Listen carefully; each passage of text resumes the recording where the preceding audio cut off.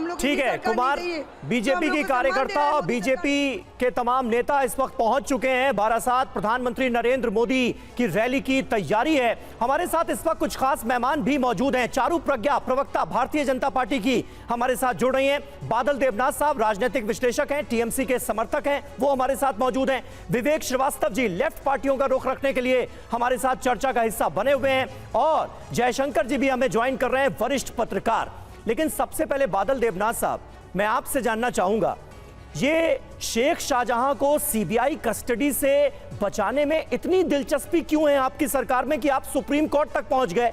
हालांकि supreme court से भी अभी भी झटका ही लगा है। ये तो सेंट्रल गवर्नमेंट मोदी जी जानते हैं, और कुछ नहीं बोलूंगा।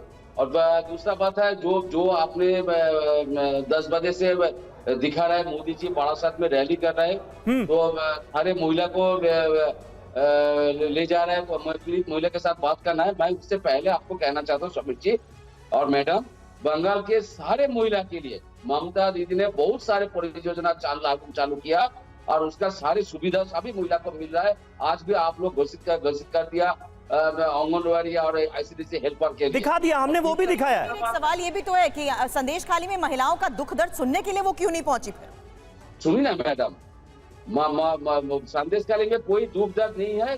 कोई 2-3 आदमी था जो जमीन के बारे में थोड़ा समस्या था, वो ममता दीदी ने सभी को जमीन वापस कर दिया, और कोई रेप कोई कुछ नहीं हुआ।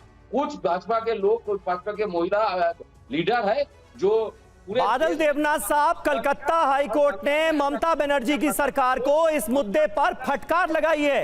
सुनिए पहले आप बात। 55 दिन के बाद शेख शाहजहां की गिरफ्तारी मुमकिन हो पाई है। हालात ये हो गए हैं कि वहां की महिलाओं को इंसाफ की उम्मीद ही नहीं है ममता सरकार से, इसलिए वो प्रधानमंत्री नरेंद्र मोदी के सामने जाकर दुख दर्द बयां करना चाहती हैं अपना। इनकार करेंगे आप इससे? क्या समस्या है बताइए ना। कोई समस्या नहीं है, बताइए क्या दुख है।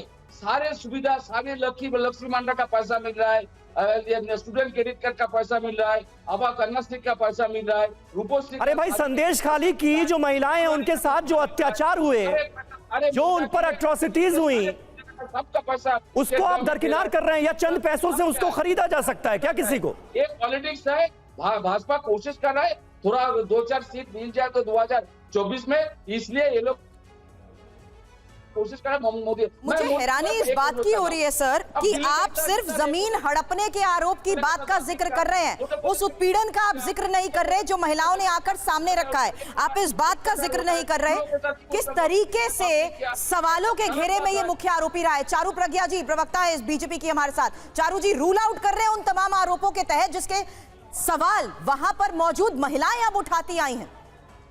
ये अपनी सोच दिखा रहे हैं पूरे देश के सामने, ना ही केवल पश्चिम बंगाल के सामने। ये दिखा रहे हैं कि 2-4 पैसे किसी को पकड़ा दो और फिर उसके बाद आपको उसकी इज्जत करने की जरूरत नहीं है।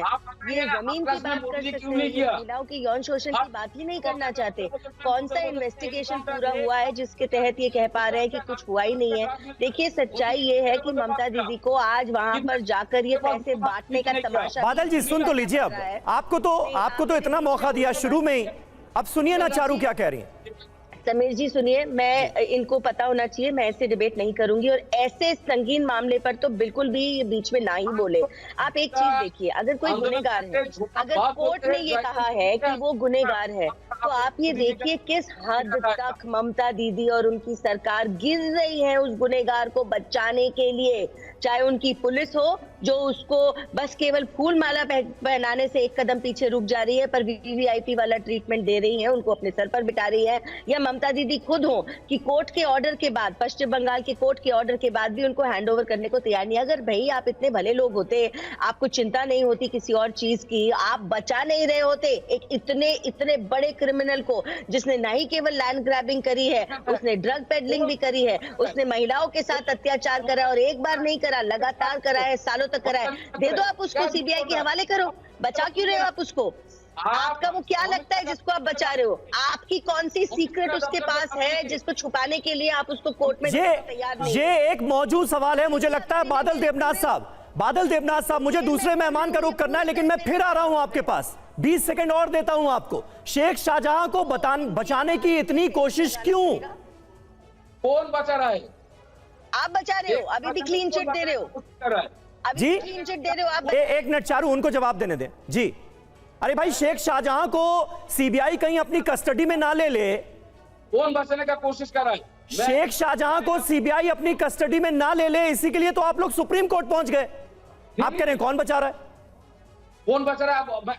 मैं 20 सेकंड आपने टाइम दिया ना, बोलिए बात सुन ली। जी। बंगाल के दिल्ली में इतना रेप होता है, हर दिन रेप होता है। उत्तर प्रदेश में रेप होता है, मध्य प्रदेश में, गुजरात में, पंजाब में, उड़िया, हिमाचल प्रदेश में हर दिन रेप होता है। मोदी जी कितना कहां पर गया, कौन महिला पीड़ित महिला के साथ बात किया है?